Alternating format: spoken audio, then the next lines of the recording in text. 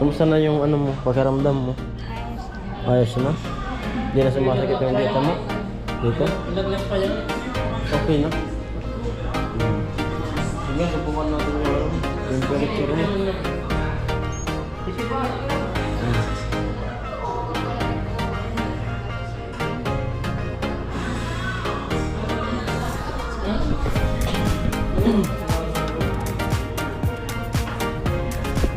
Kagabi talagang ano, grabe yung nangyari kagabi.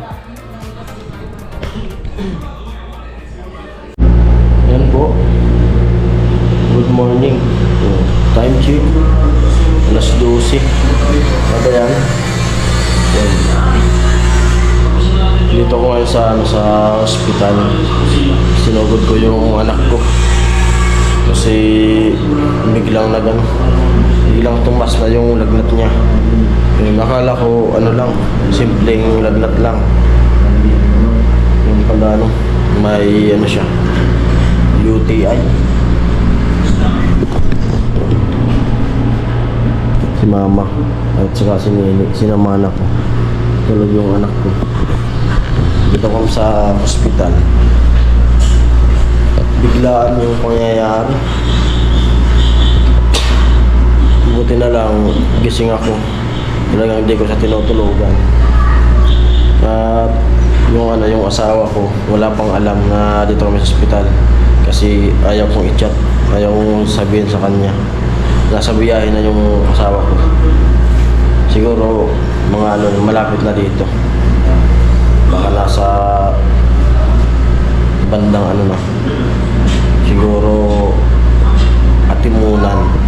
Baka mga alas 4 nasa Bicol na.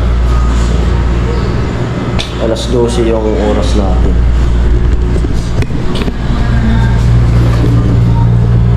Alas 12. Yung alas 12 pala. Ayun. 11:59. Grabe. Biglang nanginig yung katawan niya.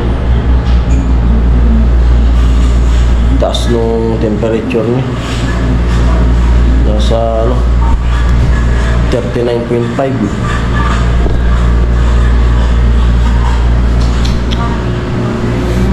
Grabe yung pangyayari.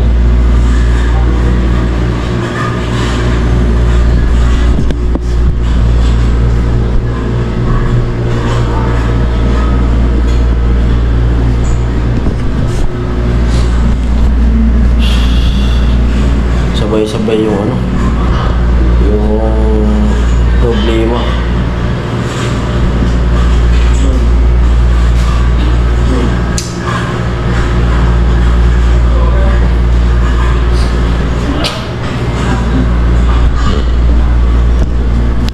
Ayan po, good morning. Umaga na.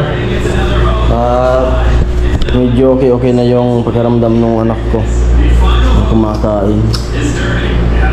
Grabe na yung UTI. Kaya pala halos maubos na yung isang bote ng timpra na binili ko. Hindi naman pala talaga magagamot yun ng timpra kasi hindi naman siya ordinaryong lang, yung parang lagnat-lagnat lang. Yung UTI na pala yung umano sa kanila.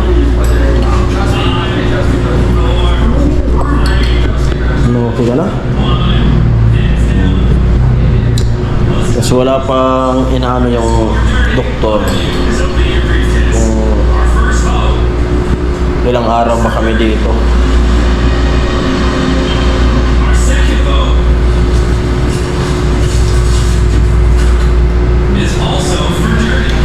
Kaya yung misis ko dumating na dun sa bahay kagabi. Hindi ko pa pinaalam na nandito kami sa ospital. Tapos mga bandang alas 5 nag-chat na sa akin na nasa bahay na raw siya. Hinahanap kami, ba't daw wala kami. Yun. Kaso na chinat ko na siya na dito kami sa Iriga. Tatanong kung ba't daw kami nandito. Pero dinala ko si baby sa ospital. Pagabing alas 9. kardero kagad ang sabi. Hindi ko pwedeng sabihin kagad eh. Kasi mahirap na sa biyahe pati baka iba yung maisipan niya.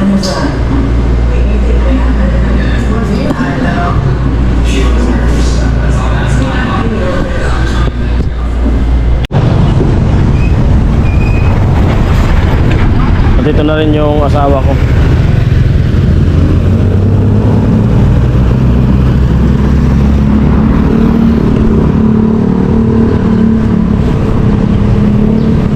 Kakarating lang yan galing sa Manila. Kasi di ko siya tinawagan kanina na di ko pinaalam na dito kami sa ospital. Kasi mag-aalala na masyado. At tinawagan ko siya pagdating na lang doon sa bahay namin.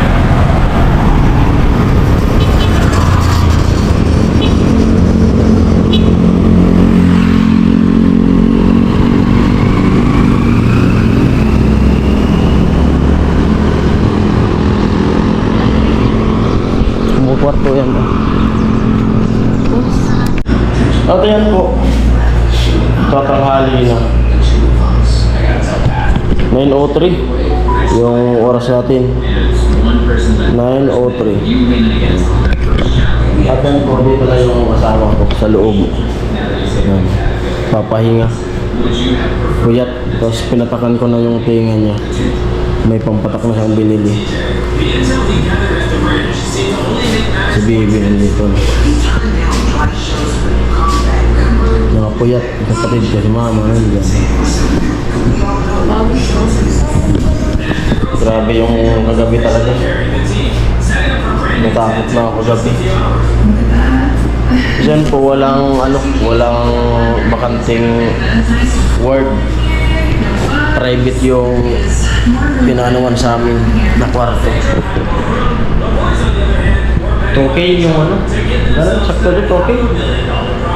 2K, 2 plus. 2 plus ata yun yung isang araw nito.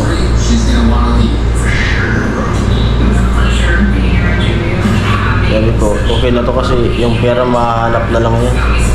Basta buhay yung bata.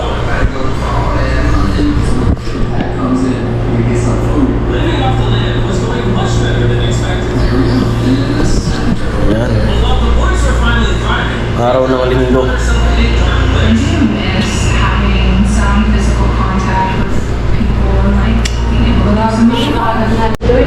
Ayan po, dito na sila kasinggil.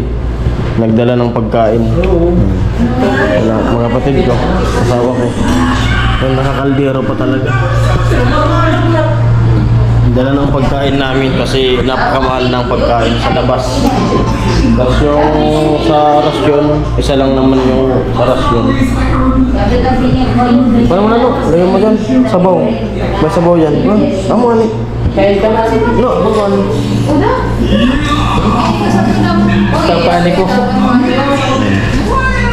Lupit talaga nung nalagyan ni Papa. Parang magpapaani. Ano yung kanin?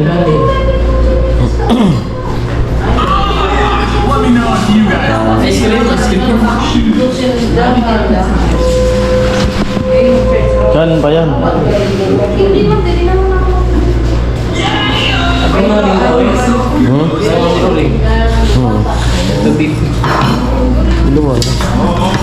It's working! It's working! Oh my god. Oh my god. Sabi ko kasi mag-ano na lang para makatipid-tipid sa pagkain. Kasi kung sa labas pa bibili. I didn't think this would be that beautiful. Like when the tape's on it, forget how beautiful it's gonna be. I'm just a guy with no art skills. She created this. This is beautiful! Last but not least, Sabi ka, may guli, Monica. laces to make this thing complete. Red shoelaces! Hindi naman nagtara. Ano nga kaya sumaso? Artificially done. The winner of this round goes to... But before that, I want to mention that we're giving away Sinabawan. all the customized shoes in this video. So if you want to win pang-ulam na namin yan. Subscribe in 3. Para makatipid-tipid tayo sa gastos kasi ano na nga, tapos tayo ngayon. Kumusta na yung ano mo, pagkaramdam mo? Ayos na. Ayos na? Hindi na sumasakit yung dito mo? Dito? Okay na? Sige, subukan natin yung ano, yung temperature niya.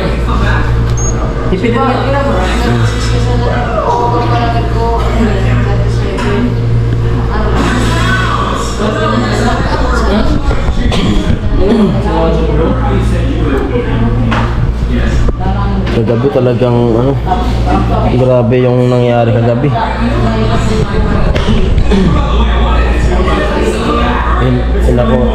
Tinakbo ko agad sa labas.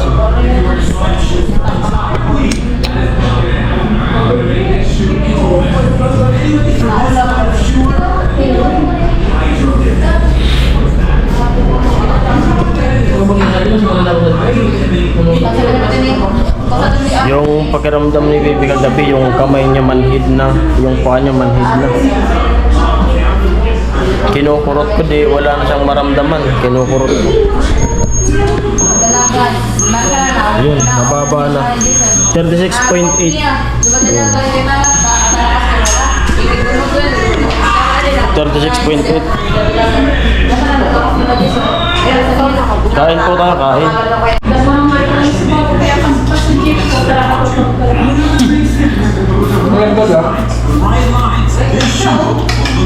Pag-abot mo santo ko dyan sira baga. Pag wala mo, abdan mo santo na sira baga. Laway yung ako kay Jason. Sa panon.